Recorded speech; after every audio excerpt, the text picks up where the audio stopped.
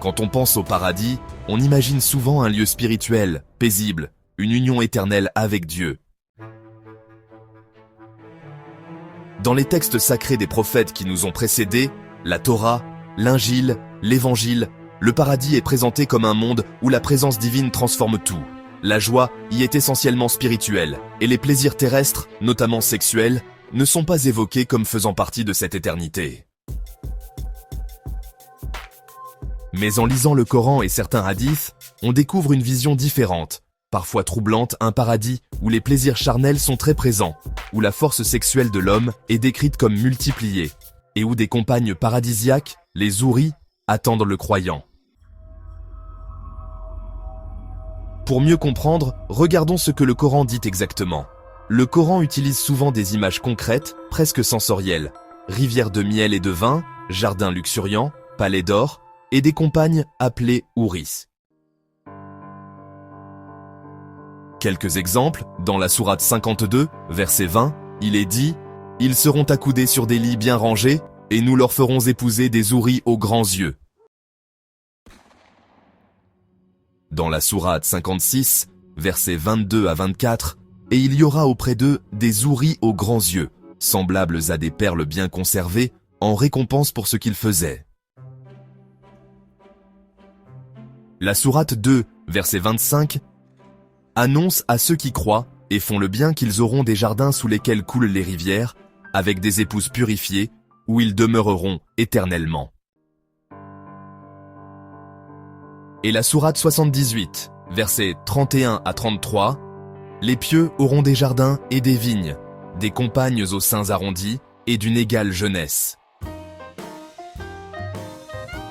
Le mot houri désigne des compagnes paradisiaques, décrites comme belles, pures et éternellement jeunes. Certains savants lisent ces passages littéralement, d'autres y voient un symbole de bonheur et de pureté. Certains hadiths complètent dans ces images. Sahih al-Bukhari, hadith 3254, chacun aura 2 épouses parmi les houris, si belles et pures que l'on pourra voir la moelle de leurs os à travers la chair. Sahih, Muslim, 2834a. Chacun aura 2 épouses, et la moelle de leurs jambes brillera à travers la chair. Il n'y aura pas un seul célibataire au paradis. Jami at-Tirmidhi, 1663. Le martyr a 6 choses auprès de Dieu.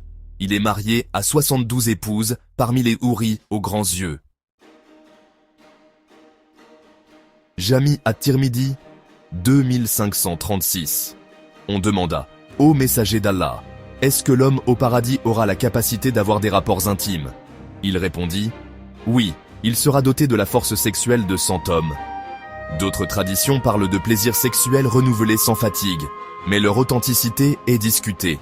Là encore, certains lisent ces passages littéralement, d'autres y voient des symboles de félicité et de bonheur parfait.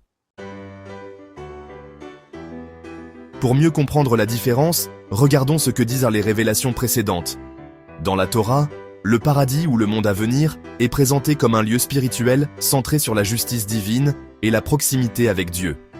Les textes ne mentionnent pas de plaisir charnel ou sexuel. Certains passages insistent sur la relation avec Dieu et la vie juste ici-bas, préparant le juste à la félicité éternelle. Dans le Talmud, on retrouve cette idée avec plus de précision sur la vie après la mort. Berakot 17a. Dans le monde à venir, il n'y a ni manger, ni boire, ni reproduction. Mais les justes se délectent de la splendeur divine. Dans l'Évangile, Jésus précise également que dans l'au-delà, la vie ne ressemble plus à celle d'ici-bas. Matthieu 22:30. À la résurrection, les hommes et les femmes ne se marieront pas, mais ils seront comme les anges dans le ciel. Ainsi, Torah, Talmud et Évangile décrivent un paradis essentiellement spirituel, centré sur la proximité avec Dieu et le bonheur de l'âme, et non sur les plaisirs matériels ou charnels. On voit donc que la vision coranique et certains hadiths diffèrent. Les prophètes précédents annonçaient un paradis spirituel, sans référence aux plaisirs sexuels, tandis que le Coran et certains hadiths décrivent un paradis matériel et charnel, avec des récompenses physiques. Certains disent « Ces descriptions sont symboliques. Il ne faut pas les prendre au pied de la lettre. Mais posez-vous la question. Est-ce vraiment symbolique quand les hadiths donnent des détails précis?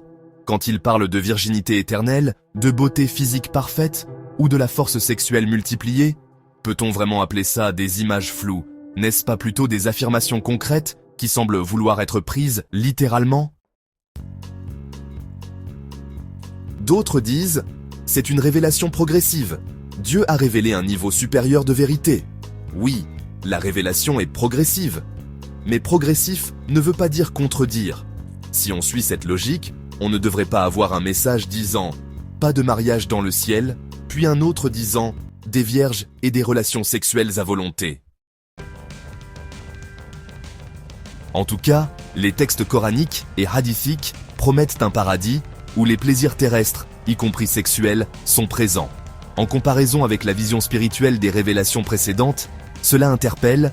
Ce paradis est-il avant tout une promesse divine ou reflète-t-il aussi les désirs d'un homme? Et pourquoi insister autant sur ces plaisirs matériels dans un lieu censé être parfait et éternel? Cette réflexion n'a pas pour but de juger, mais d'inviter chacun à penser à ce que nous attendons vraiment d'un paradis véritable, au-delà de nos simples appétits. Merci d'avoir regardé cette vidéo.